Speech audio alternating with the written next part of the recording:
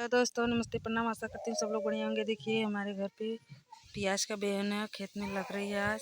देखिए यहाँ से पापा अभी खन के गए हैं दोस्तों। देखिए देखिए कटा हुआ उसका, ये देखिए मैं हाथ में ले रखी हूँ।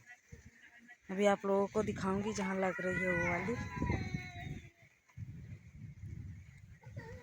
तो यहाँ देखिए लग गई है थोड़ी। देखिए पापा लगा दिए हैं।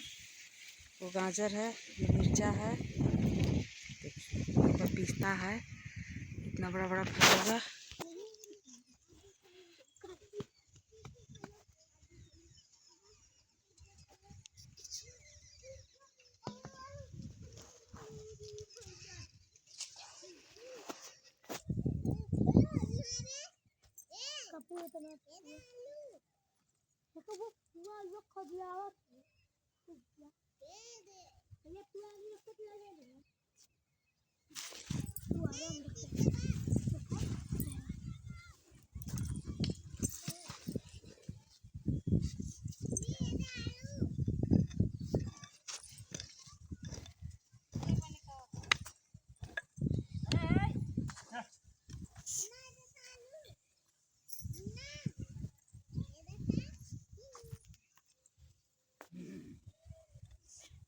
एक बिटिया है यार, भागत हुई।